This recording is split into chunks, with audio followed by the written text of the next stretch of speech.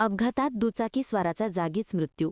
गतिरोधक न दिसल्याने ताबा सुटून अपघात.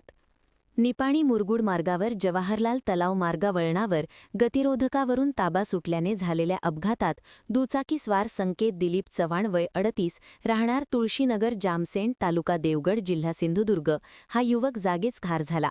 हा अपघात मंगळवारी मध्यरात्री 2च्या सुमारास झाला. घटनेची नोंद निपाणी शहर पोलिसात झाली आहे. याबाबतची अधिक माहिती अशी की मयत संकेत चव्हाण हा आपल्या कुटुंबियांसमवेत हमीदवाडा तालुका कागल येथे वार्षिक जत्रेसाठी आला होता.